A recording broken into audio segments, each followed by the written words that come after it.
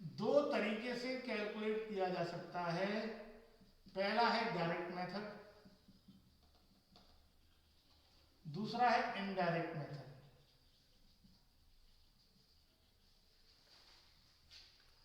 Direct method, एक minute ज्यादा ऊपर हो गया ना, एक मिनट। हाँ, एक cash flow from operating activity दो तरीके से निकाला जा सकता है, डायरेक्ट मेथड और इनडायरेक्ट मेथड। डायरेक्ट मेथड में सिंपली जितनी भी ऑपरेटिंग एक्टिविटीज हैं जिनसे इनफ्लो हो रहा है आउटफ्लो हो रहा है उनको आपस में माइनस कर दो, निकल आएगा।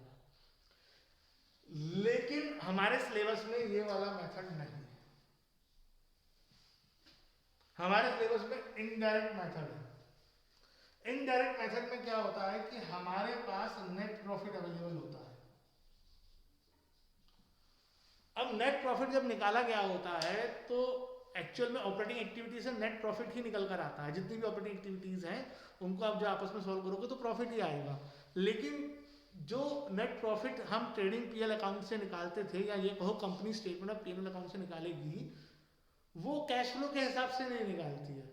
वो तो क्रेडिट सेल को भी इनकम मान के चलती है और क्रेडिट परचेज को एक्सपेंस मान के चलती है, आउटस्टैंडिंग एक्सपेंसेस भी दिखाती है, इंटरेस्ट पेड भी दिखाती है, डेप्रिसिएशन भी दिखाती है।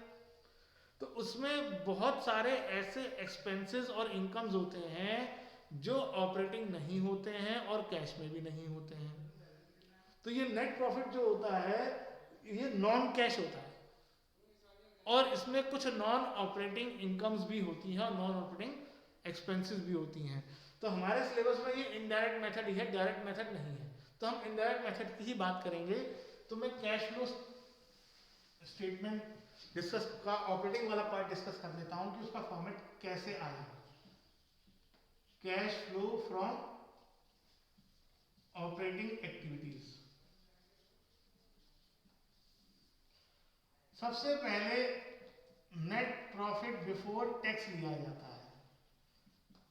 नेट प्रॉफिट बिफोर टैक्स का मतलब प्रॉफिट टैक्स देने से पहले वाला, जो टैक्स देने से पहले का प्रॉफिट था, टैक्स देने से पहले वाला। इसमें ऐड कर दिया जाता है ऐसे एक्सपेंसेस जिसके लिए हमने पेमेंट नहीं करी और वो पीएनएल अकाउंट में दिखा दिए गए, और ऐसे एक्सपेंसेस जो हमारे ऑपरेटिंग एक्सपेंसेस नहीं हैं और वो पीएनएल अकाउंट में दिखा दिए गए।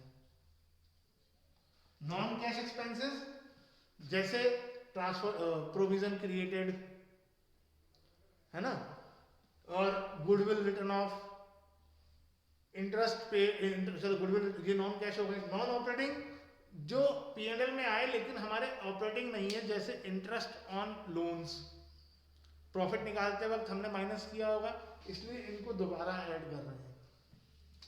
इसमें से लेस कर दिया जाता है नॉन ऑपरेटिंग इनकम्स, ऐसी इनकम्स जो पीएनएल में दिखाई गई लेकिन ऑपरेटिंग इनकम नहीं है, जैसे interest received, dividend received, rent received. इन सब के लिए हमारे पास पैसा आया और पीएनएल में दिखाया गया इनकम में, लेकिन ये हमारी ऑपरेटिंग इनकम नहीं है। इन तीनों को जब हम सॉल्व करेंगे, अब एक सवाल मैं आपसे पूछता हूं, जिन्होंने फॉर्मूले याद किए उनको याद होगा। एक फॉर्मूला आपने याद किया था, net profit plus non operating expenses minus non operating incomes. किसी को याद है किस चीज का फॉर्मूला है?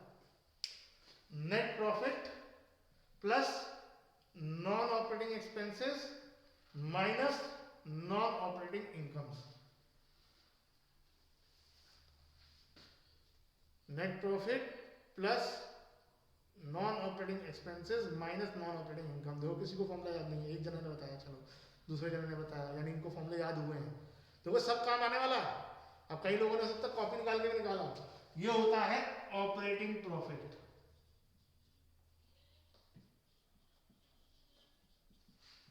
तो फॉर्मेट कहीं ना कहीं इसी फॉर्मूले से आया है। Operating profit before working capital changes. Working capital में चेंज आने से पहले के चेंज को कंसिडर करने से पहले का ऑपरेटिंग प्रॉफिट। अब वर्किंग कैपिटल, किसी को वर्किंग कैपिटल का फॉर्मूला याद है? वर्किंग कैपिटल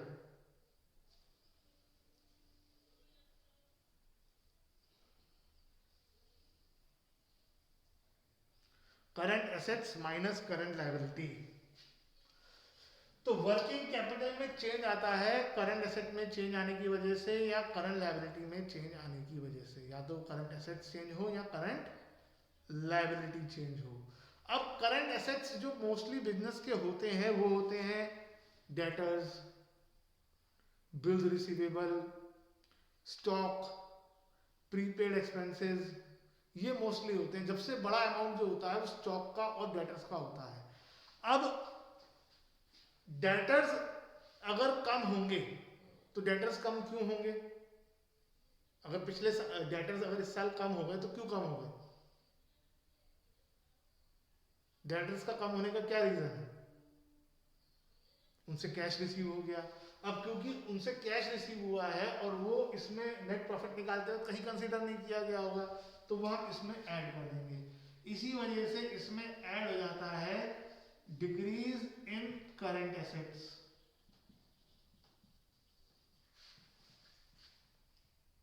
और इसका उल्टा increase in current assets minus हो जाता है। क्यों माइनस हो जाता है ये भी समझ लो। अगर करंट एसेट बड़े हैं, डेटर्स बड़े हैं, स्टॉक बड़ा है, इसका करंट डेटर्स बढ़े तो उसका मतलब समझो, अगर डेटर्स बढ़ गए हैं तो इसका मतलब हमने उनसे और क्रेडिट सेल्स कर दी है। क्रेडिट सेल्स क्योंकि इसमें इंक्लूडेड है लेकिन उसकी वजह से कैश का कोई फ्लो नहीं हुआ है, इसलिए हम इसमें से माइनस कर देंगे। इसमें क्यों इंक्लूडेड है? क्योंकि जब हमने ट्रेडिंग अकाउंट बनाया होगा तो उसमें बाय सेल्स में दोनों सेल्स लिखी होंगी, तो इसलिए increase in current assets minus हो जाता है। स्टॉक का कम होना क्यों ऐड होगा?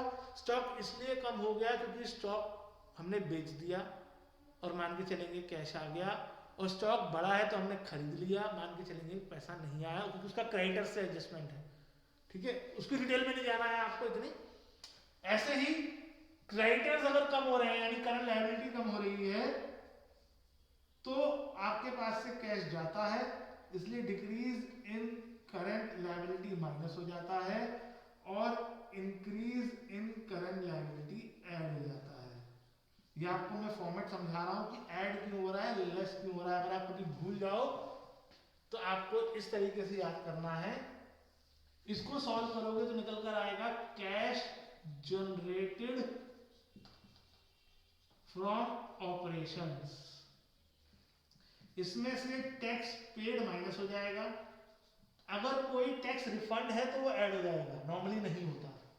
और जो निकल कर आएगा वो होगा cash flow from operating activities. ठीक है, cash flow from operating activities. तो ये मैंने